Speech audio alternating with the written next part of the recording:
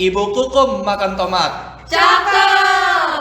Assalamualaikum sobat. Kami dari kelompok 7 akan mempresentasikan mengenai QC dan pengarsipan.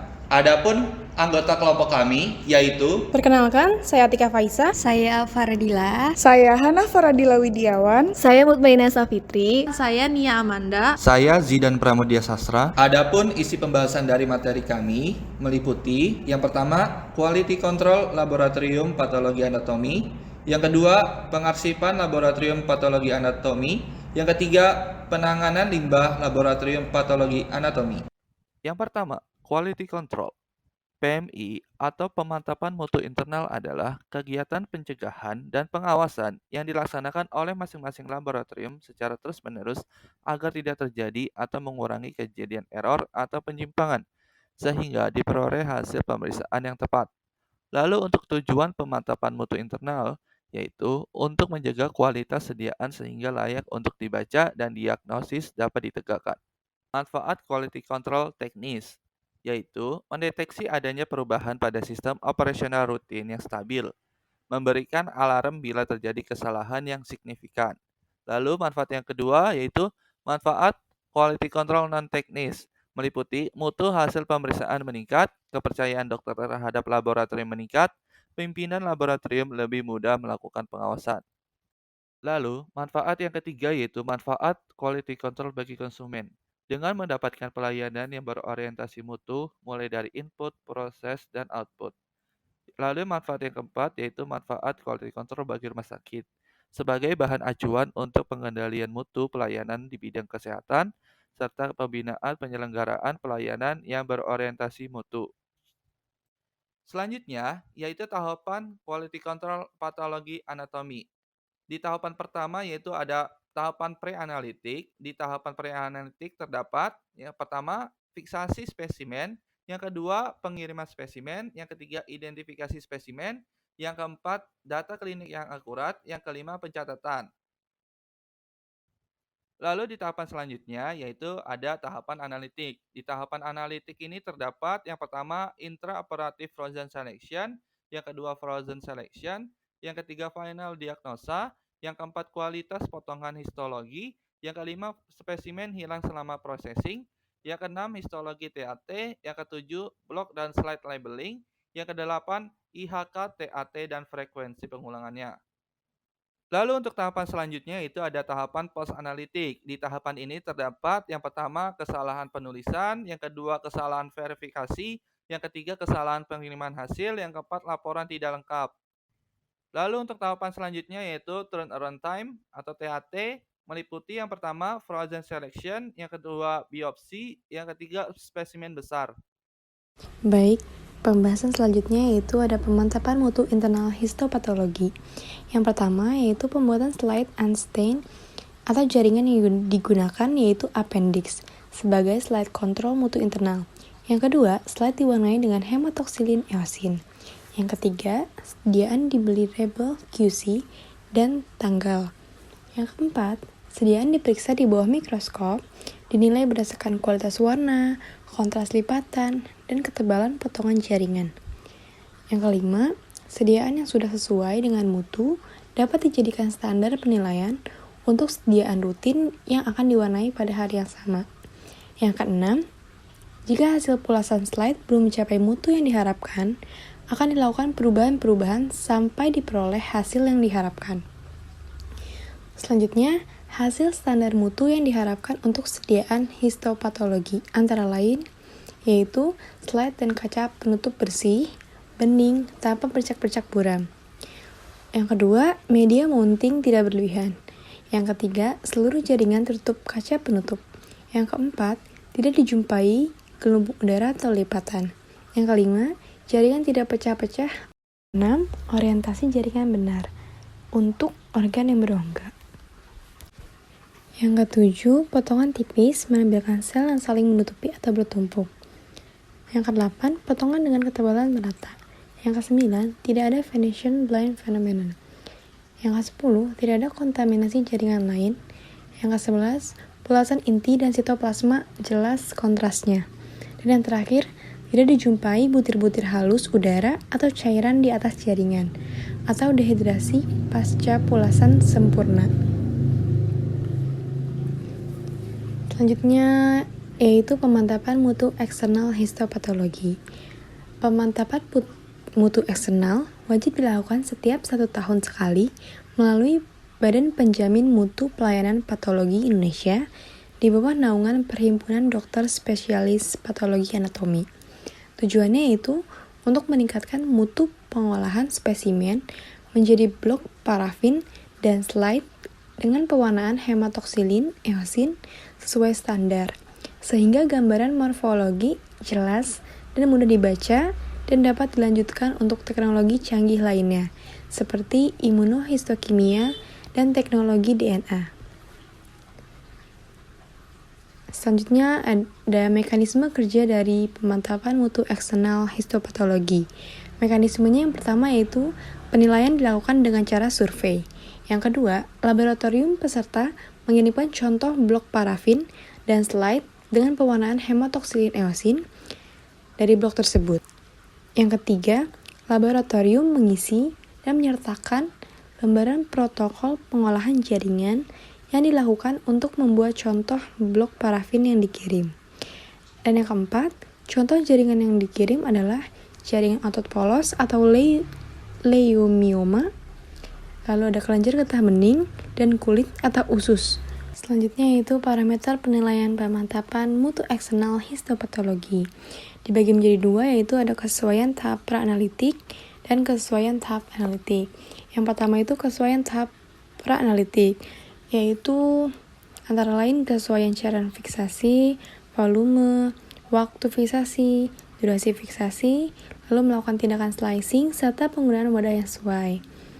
Selanjutnya itu jaringan terfiksasi sempurna, tidak tampak lisis, merata dari tepi atau bagian superficial hingga tengah jaringan atau bagian profunda.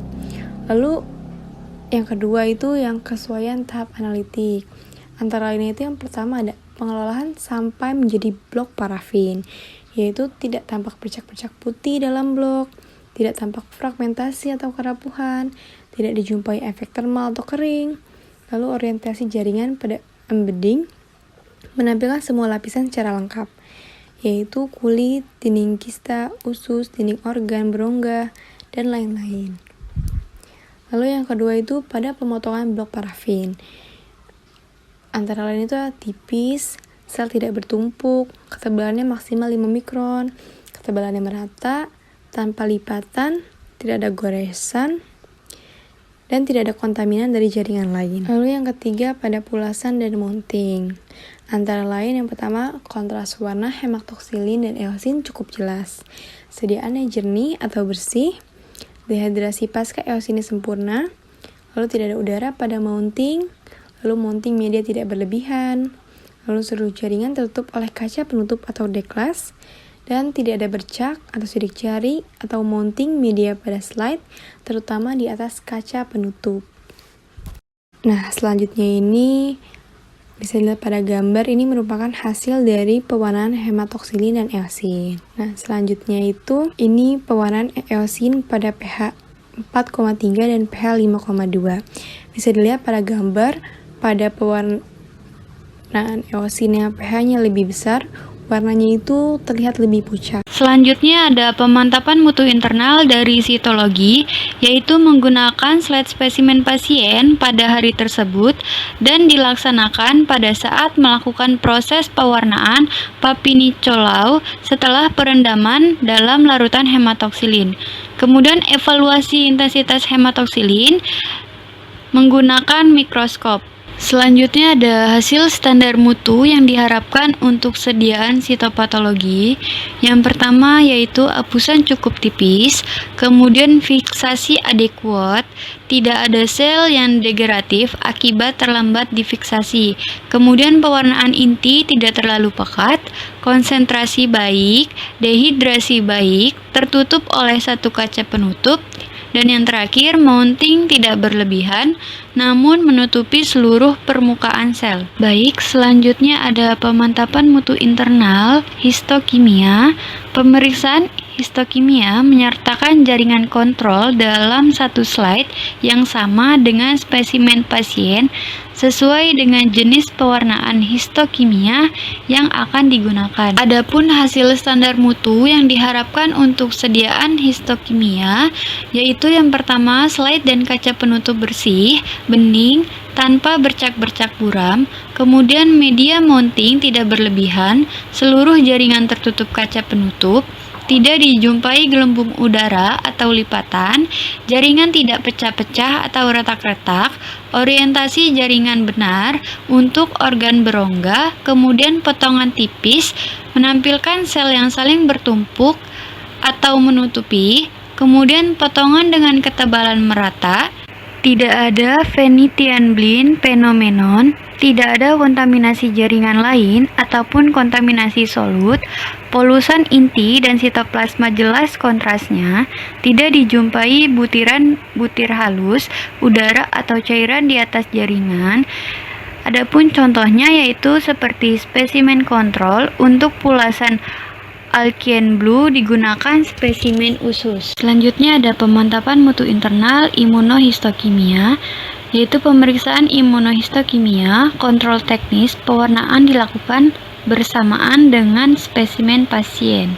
Selanjutnya ada pemantapan mutu internal dari imunohistokimia, ada pulasan imunopatologi, kemudian ada kontrol positifnya, slide kontrol positif, komersial, kasus-kasus lama yang positif, multi-tissue search, digunakan kontrol positif yang sesuai dengan antibodi atau probe yang akan digunakan untuk setiap antibodi atau pulasan yang diperiksa. Selanjutnya ada PMI untuk kontrol negatif, yaitu slide kontrol negatif komersial. Kontrol negatif berasal dari blok pasien dan dipulas bersama slide pasien, tetapi tanpa diinkubasi dengan antibodi primer. Yang ketiga ada pengecekan terhadap setiap kontrol positif dan negatif dilakukan setiap kali selesai melakukan pulasan sebelum diserahkan kepada dokter spesialis patologi anatomi untuk memastikan prosedur pulasan telah dilakukan sesuai standar. Adapun hasil standar mutu yang diharapkan untuk sediaan imunohistokimia, yang pertama kaca benda dan penutup bersih, bening, tanpa bercak-bercak buram, media mounting tidak berlebihan, seluruh jaringan tertutup kaca penutup, tidak dijumpai gelembung atau lipatan, jaringan tidak pecah-pecah atau retak-retak, orientasi jaringan benar untuk organ berongga, kemudian potongan tipis menampilkan sel yang saling menutupi atau bertumpuk. Kemudian potongan dengan ketebalan merata, tidak ada Venetian blind phenomenon, tidak ada kontaminasi jaringan lain, pulasan inti dan sitoplasma jelas kontrasnya, tidak dijumpai butir-butir halus udara atau cairan di atas jaringan, yaitu dehidrasi pasca pulasan sempurna. Selanjutnya yaitu pemantapan mutu internal patologi molekuler. Pemeriksaan patologi molekuler, kontrol teknis pemeriksaan ini mengikuti aturan yang terdapat di dalam masing-masing petunjuk penggunaan reagen, serta melakukan dokumentasi setiap hari. Lalu selanjutnya masuk ke topik yang kedua yaitu pengarsipan. Pengertian dari arsip patologi anatomi adalah tempat penyimpanan secara sistematik semua dokumen baik berupa formulir permintaan, jawaban pemeriksaan, slide mikroskopik, blok parafin, sampai sisa jaringan basah beserta pengolahan waktu simpan, kondisi penyimpanan sampai dengan pemusnahannya. Adapun tujuan dari pengarsipan ini menyediakan informasi mengenai seluruh data pemeriksaan patologi anatomi yang dapat diakses dengan mudah untuk berbagai kepentingan beserta pengelolaannya. Adapun tata cara pengarsipan, yang pertama untuk sampel histopatologi dengan jenis arsip, spesimen basah, kondisi penyimpanannya yaitu suhu ruang dengan waktu penyimpanan 4 minggu setelah laporan hasil akhir. Untuk jenis arsip blok parafin, kondisi penyimpanannya 24 derajat Celcius dengan kelembapan rendah dan bebas hama. Waktu penyimpanannya 10 tahun. Untuk slide mikroskop, kondisi penyimpanannya yaitu 24 derajat Celcius dengan kelembapan rendah dan bebas hama dengan waktu penyimpanan 10 tahun. Arsip laporan kertas dan elektronik, kondisi penyimpanan suhu ruang dengan kelembapan rendah dan bebas hama. Waktu penyimpanan 10 tahun. Lalu selanjutnya, sampel sitopatologi dengan jenis arsip, spesimen basah atau cair, kondisi penyimpanannya yaitu suhu 2 derajat Celcius sampai dengan 8 derajat Celcius dengan waktu penyimpanan 1 minggu setelah laporan hasil akhir. Untuk slide mikroskop, kondisi penyimpanannya yaitu suhu ruang 24 derajat Celcius dengan kelembapan rendah dengan waktu penyimpanan sampel ginekologi 5 tahun dan non-ginekologi 10 tahun. Lalu untuk sel blok, kondisi penyimpanan suhu ruang 24 derajat Celcius dengan kelembapan rendah, waktu penyimpanan 10 tahun.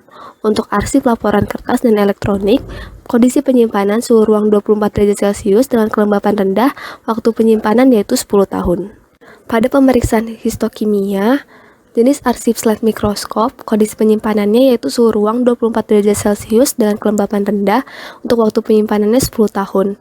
Jenis arsip laporan kertas dan elektronik, kondisi penyimpanannya itu suhu ruang 24 derajat Celcius dengan kelembapan rendah dalam waktu penyimpanan 10 tahun. Untuk pemeriksaan imunohistokimia, jenis arsip slide mikroskop, kondisi penyimpanan yaitu suhu ruang 24 derajat Celcius dengan kelembapan rendah, waktu penyimpanan 10 tahun. Untuk jenis arsip laporan kertas dan elektronik, kondisi penyimpanan yaitu suhu ruang dengan kelembapan rendah dalam waktu penyimpanan 10 tahun. Untuk pemeriksaan imunofluoresen, jenis arsip imunofluoresen, kondisi penyimpanan yaitu suhu 2 derajat Celcius sampai dengan 8 derajat Celcius, dan waktu penyimpanan yaitu 1 bulan untuk slide, dan jaringan dilakukan untuk penyimpanan digital. Lalu untuk pemeriksaan patologi molekuler dan ISH, jenis arsip slide mikroskop ISH, kondisi penyimpanannya itu suhu ruang, dan waktu penyimpanan dilakukan penyimpanan digital. Untuk arsip laporan kertas dan elektronik, kondisi penyimpanannya itu suhu ruang, waktu penyimpanan yaitu 10 tahun. Untuk pemeriksaan patologi molekuler menggunakan PCR, jenis arsip PCR dengan hasil gambar, kondisi penyimpanannya yaitu dilakukan dengan penyimpanan elektronik. Untuk PCR berupa DNA isolasi, kondisi penyimpanannya suhu 2 derajat Celcius sampai dengan 8 derajat Celcius untuk waktu penyimpanan sementara, lalu untuk suhu minus 70 derajat Celcius untuk waktu penyimpanan jangka panjang. Lalu jenis arsip PCR pita blok parafin, kondisi penyimpanannya yaitu suhu 2 derajat Celcius sampai dengan 8 derajat Celcius. Untuk arsip laporan kertas dan elektronik, kondisi penyimpanannya yaitu suhu ruang dengan kelembaban rendah dengan waktu penyimpanan 10 tahun.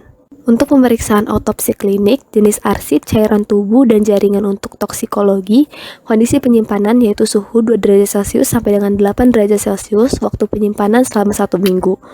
Untuk hasil gambar, kondisi penyimpanannya yaitu suhu ruang dengan kelembapan rendah, waktu penyimpanannya 25 tahun. Lalu untuk blok parafin, kondisi penyimpanan yaitu suhu ruang 24 derajat Celcius dengan kelembapan rendah, waktu penyimpanan 10 tahun. Slide mikroskop, kondisi penyimpanan suhu ruang 24 derajat Celcius dengan kelembapan rendah dan waktu penyimpanan 10 tahun. Untuk jaringan basah, kondisi penyimpanannya yaitu suhu ruang dengan waktu penyimpanan 4 minggu. Lalu untuk arsip laporan kertas dan elektronik, kondisi penyimpanannya yaitu suhu ruang dengan waktu penyimpanan yaitu 25 tahun atau 10 tahun. Untuk arsip kertas selanjutnya disimpan dengan arsip digital. Adapun penyimpanan slide mikroskopik pemeriksaan histopatologi memiliki tujuan menyimpan slide dengan sistem tertentu agar mudah ditemukan dan dipergunakan kembali jika diperlukan. Prosedur dari penyimpanan slide ini yang pertama, mengambil dan mengumpulkan slide yang sudah didiagnosa oleh dokter SPPA. Yang kedua, melakukan pengecekan slide sesuai dengan yang tertera di formulir.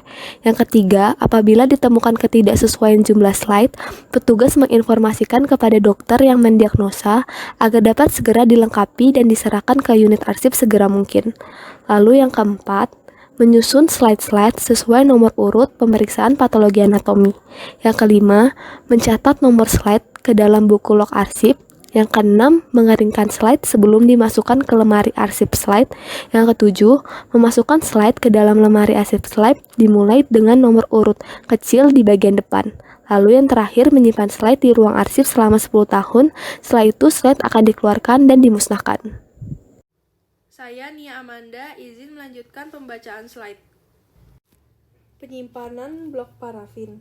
Tujuan dari penyimpanan blok parafin adalah untuk kebutuhan pelayanan penelitian dan pendidikan. Adapun prosedur dari penyimpanan blok parafin yang pertama adalah mengambil dan mengumpulkan blok parafin yang sudah selesai pemrosesan oleh teknisi dan telah dilakukan pelapisan ulang parafin. Kedua, menghitung jumlah blok dari masing-masing nomor blok sesuai dengan keterangan formulir makroskopik. Yang ketiga, memasukkan dan menyusun blok sesuai nomor urut. Yang keempat, mencatatkan nomor-nomor blok ke dalam buku log arsip. Yang kelima, menyimpan blok ke dalam lemari arsip blok parafin. Yang keenam, memasukkan slide ke dalam lemari arsip mulai dari nomor urut paling kecil hingga ke paling besar. Lalu yang ketujuh, menyimpan blok parafin di ruang arsip selama 10 tahun. Setelah itu, blok parafin akan dikeluarkan lalu dimusnahkan. Lalu yang selanjutnya adalah penyimpanan pemeriksaan histopatologi. Tujuannya adalah untuk menyimpan formulir asli dalam satu sistem agar mudah ditemukan dan dipergunakan kembali jika diperlukan. Prosedur yang pertama, mengumpulkan formulir permintaan asli yang sudah selesai dilakukan diagnosis oleh dokter SPPA. Yang kedua, mengecek serta mencocokkan formulir asli dengan slide terkait. Yang ketiga, mencatat nomor formulir pada buku log arsip. Yang keempat, menyusun formulir ke dalam map order sesuai nomor urut. Yang kelima, meletakkan map order pada lemari arsip sesuai nomor urut. Yang keenam, menyimpan formulir hingga 10 tahun setelah itu akan dimusnahkan. Berikut ini merupakan formulir asli permintaan pemeriksaan histopatologi. Lalu yang selanjutnya ada penyimpanan formulir duplikat permintaan pemeriksaan histopatologi. Tujuannya untuk menyimpan formulir duplikat jawaban atau hasil pemeriksaan dalam satu sistem agar mudah ditemukan dan dipergunakan kembali jika diperlukan. Prosedur yang pertama adalah mengumpulkan formulir duplikat hasil pemeriksaan yang dijawab oleh dokter SPPA, lalu mencatat nomor formulir pada buku log arsip. Selanjutnya, menyimpan formulir ke dalam map order yang sama dengan formulir asli sesuai nomor urut. Lalu nomor 4, meletakkan map order pada lemari arsip sesuai dengan nomor urut. Yang kelima, melakukan penyimpanan data atau backup secara rutin setiap bulannya. Yang keenam, menyimpan CD backup di ruang komputer arsip dan di tempat lain di luar lingkungan rumah sakit. Selanjutnya, menyimpan hard disk eksternal backup di lemari yang ada di ruang komputer arsip. Lalu yang terakhir, menyimpan formulir duplikat hingga 10 tahun di ruang arsip, setelah itu akan dimusnahkan. Lalu yang selanjutnya akan dilanjutkan oleh rekan saya. Terima kasih. Selanjutnya, saya Hana Faradila akan melanjutkan, yaitu penanganan limbah laboratorium patologi anatomi. Limbah yang mengandung bahan kimia biasanya berasal dari reagen seperti formalin, larutan clearing atau silol, dan alkohol merupakan reagen utama yang mendominasi limbah buangan dari laboratorium patologi anatomi. Jika didaur ulang pun, ketiga reagen tersebut masih memberikan dampak terhadap lingkungan sekitar. Langkah lain selain didaur ulang yaitu melakukan pergantian reagen, seperti pergantian formalin dengan fiksatif berbasis glioksal sehingga dapat dibuang di mana saja karena glioksal bersifat biodegradabilitas tinggi serta toksisitas terhadap air rendah, namun hal ini membutuhkan biaya yang tinggi. Lalu selanjutnya ada cara pembuangan limbah. Yang pertama, aliran limbah dibuat secara terpisah. Yang kedua, tidak menggabungkan bahan kimia yang berbeda. Yang ketiga, mengetahui jenis atau kategori bahaya limbah. Lalu ada perencanaan pembuangan limbah. Yang pertama, ada bahan kimia mudah terbakar dengan nilai kalori cukup tinggi ditangani dengan dicampur terlebih dahulu dengan bahan bakar dalam sistem pembakaran. Yang kedua, limbah asam dan basa bisa dinetralkan dan formalin bisa didetoksifikasi dengan produk komersial. Yang ketiga, harus diusulkan seperti volume limbah, jangka waktu pembuangan, dan frekuensi atau banyak jumlah limbah yang akan dibuang. Lalu harus dipilih yang terbaik, yaitu dengan menuangkan limbah ke saluran pembuangan sanitasi lalu dilakukan pengolahan sebelum dibuang ke lingkungan. Poin selanjutnya, pembuangan dan pembakaran limbah apabila tidak bisa dilakukan secara mandiri, maka bisa menggunakan pihak ketiga. Akan tetapi, pihak laboratorium juga harus tetap bertanggung jawab atas hasil buangan limbah yang sebelum diolah maupun yang sudah diolah. Pengolahan limbah harus diperhatikan dari perspektif finansial, kesehatan, dan lingkungan. Selanjutnya ada cara untuk pengurangan limbah berbahaya di laboratorium. Yang pertama ada bahan kimia aseton, kegunaannya sebagai pelarut. Lalu cara pengurangan atau penghilangnya yaitu spesimen diteteskan dengan volume rendah dan diujikan dengan jumlah seminimal mungkin. Poin keduanya yaitu limbah aseton sebagai limbah kimia berbahaya tidak perlu untuk dialiri air terus-menerus. Selanjutnya ada bahan kimia kloroform dengan kegunaan untuk pembiusan hewan uji, lalu pelarut ekstraksi. Cara pengurangannya yaitu mencari larutan alternatif atau metode alternatif pengganti. Lalu poin selanjutnya yaitu manajemen pembuangan limbah harus dilakukan karena merupakan bahan kimia yang berbahaya. Selanjutnya ada bahan kimia formalin dan metanol sebagai larutan fiksasi. Cara pengurangannya yaitu mencari bahan pengganti, lalu wadah yang memiliki bagian kecil mulutnya untuk penyimpanan seperti jerigen, penggunaan seminimal mungkin, lalu bahan kimia berbahaya dalam pengolahan limbah, dan juga pihak ketiga diperlukan untuk mengolah. Selanjutnya ada silol, kegunaannya sebagai pelarut dan cara pengurangannya yaitu mencari bahan pengganti, lalu silol digunakan kembali atau dimurnikan ulang, dan juga bahan kimia berbahaya dalam pengolahan limbah. Sekian presentasi dari kelompok kami, kurang lebihnya mohon maaf. Wassalamualaikum warahmatullahi wabarakatuh.